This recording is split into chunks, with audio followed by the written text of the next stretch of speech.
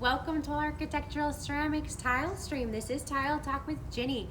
Thank you for joining us today. I appreciate your visit.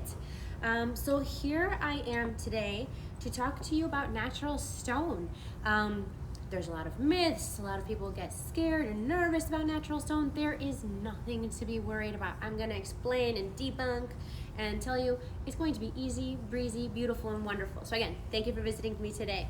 So what I have here is a beautiful piece of 3x9 Calacutter gold marble. This is something that we have here in stock in our Baltimore warehouse. We also stock it in a 6x12, 12x24, but that doesn't matter for right now. Most importantly, Calacutter gold. Don't be afraid of it. It's beautiful. Natural stone was made by God. We can accept it for what it is and what it isn't. But at the end of the day, to me, it's absolutely beautiful. If you can imagine, everywhere you go in Europe, there are natural stone installations everywhere, indoors, outdoors, floor and wall, and they embrace it and they love it and it's spectacular. I personally love the old world. As you guys watched me last week, know that I love that old world charm of a really worn down stone.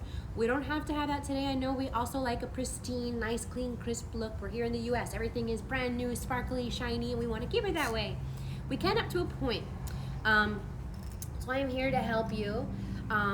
Just keep that in mind, and then also keep in mind, those of us who know we architectural ceramics, we're here in the DC metro area, and a lot of the buildings, the Washington Monument, all the buildings downtown, the exteriors were made with marble, granite, limestone, and so we have that little bit of European history here. And again, we can now bring that into your home just with a few little easy points, tips, tricks, and we're gonna have it look fantastic. So again, Calacutter gold marble. When you place an order for tile, people are like, okay, yeah, the tiles are in the corner. Tile installer guy, can you just go do that? I'm gonna go take a vacation. I'm gonna be right back. When I come back, it's gonna be great, right? Yeah, super great. No, because then you're gonna come home and you're gonna see something horrible on the wall and you're gonna be screaming at your tile guy, screaming at your tile designer, and it's not gonna be happy for anyone. No stress, people. It's gonna be very easy. Listen to me. So, take those unopened boxes, open them up, sit with your installer, lay them all out, have them put them on the floor in what we call a dry lay, set them all out in how you want them installed on the floor, on the wall, and take a look at them with your guy. You guys can take a peek at this and see what you have going on here. You may love it exactly as he has it. Poof, first try, you got it, let's go. Or you're gonna take a look at this and you're like, wait, this guy right here, you see, he's a little bit gray. I don't want him like in the main tile. The contractor guy is like, no problem. I'm gonna take this and put this under your vanity. I'm gonna put it under your toilet. No problem, we'll use it for cuts. We'll use it for extra. We're gonna hide it, you won't see it. Because normally when you buy tile, you're ordering about 10% extra anyway. So you've got room to take out that one random piece that you don't like, set them aside. We've forgotten about them. And then you're gonna have a beautiful installation. So after he does this dry lay, at this point, go ahead and have him seal the stone, seal it twice. That's just going to make sure that during the installation, everything stays super easy. And when he goes, after he's done installing it with a thin set, he'll put on the grout and then he'll wipe it all down and you're good to go for ready to go in your bathroom to have some fun and just enjoy your space. So easy.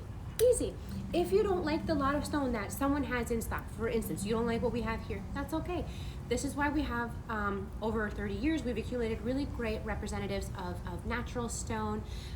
So I've got reps all over the place that have different stones that they have in-house. And even if they don't have what you want, I have people who can make your sizes custom. I've been doing a lot of custom sizes lately, so don't hesitate to ask. But in terms of color of stone, again, it's made by God. I can't control it, but we can control what you receive. So starting off, ask your designer, whoever you're working with, hey, let's see some lot photos of what your vendors have. And you can kind of see some pictures. Pictures are good just to see the movement of the stone, but don't hold them accountable to being the exact color. Normally we'll say, okay, that's the movement of the stone. I like how much movement that has, or I don't like that, let's take a look at something else, no problem. But then after we take that material, you like the lot photo, I would put that material on hold for you. Normally it's like a 3 to 5 day hold for stone.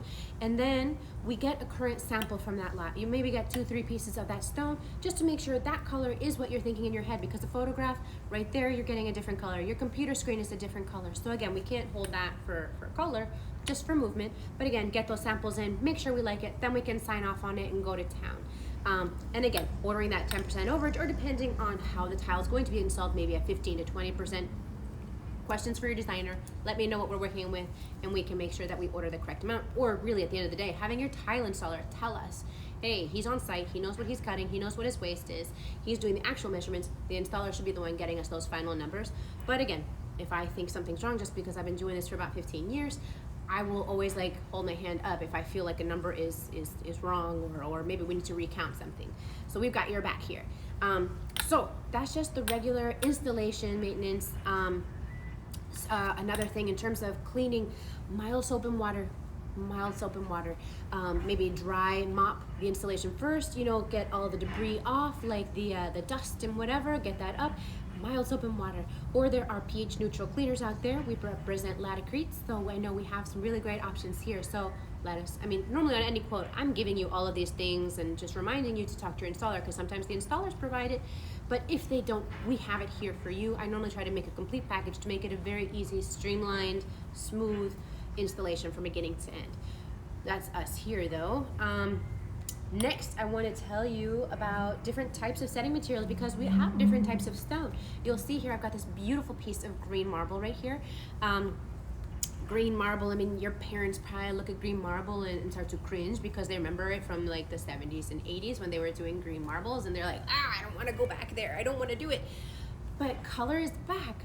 Color is back. People are doing green marble, purple marble, peach marble. I can't wait to play with the peach marble bathroom. I have some tile if you want some.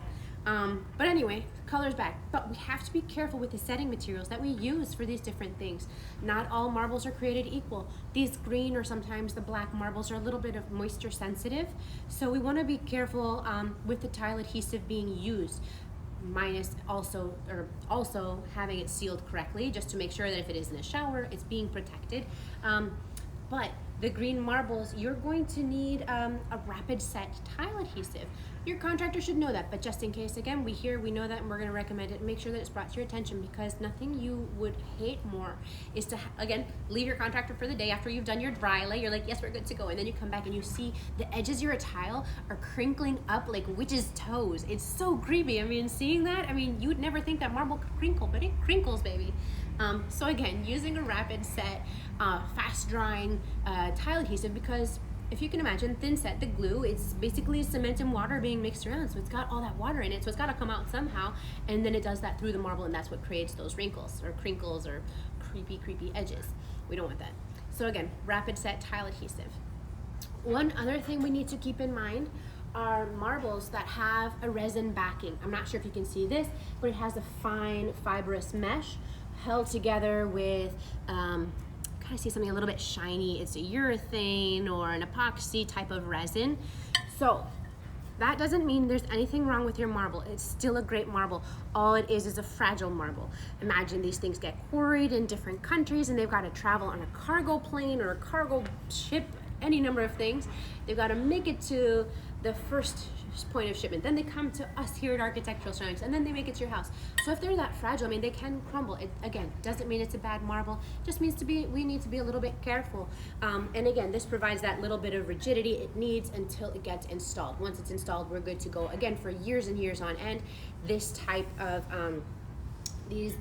resin-backed type of tiles need an epoxy-based tile adhesive. Again, your installer needs to know, not you. I'm just letting you know that if you start seeing random things in the house or know why an install is going wrong or bad, this is why. We're here to tell you, we're here to explain to you, make sure that you have everything that you need for a perfect installation, because honestly, marble stands the test of time. And every time I have a client telling me that they're working on a master bath, use marble. It's beautiful, it's timeless, it's classic. We can funk it up, jazz it up, and make it edgy, fun, and cool, but it's classic, timeless, and to me, stands the test of time. Again, you know I'm a timeless classic at heart, so I can't help myself. But anyways, so that's it for Tile Talk with Ginny, an Architectural Ceramics TileStream. Thank you for joining and learning a little bit more about marble today. Have a good one. Bye.